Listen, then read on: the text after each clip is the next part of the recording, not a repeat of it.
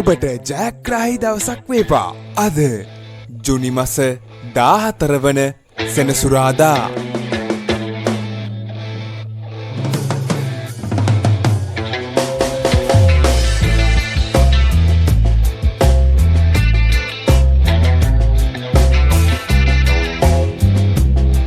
ජයග්‍රාහී අංක දිනපතා නැරඹීමට අපව සබ්ස්ක්‍රයිබ් කර තබා ගන්න.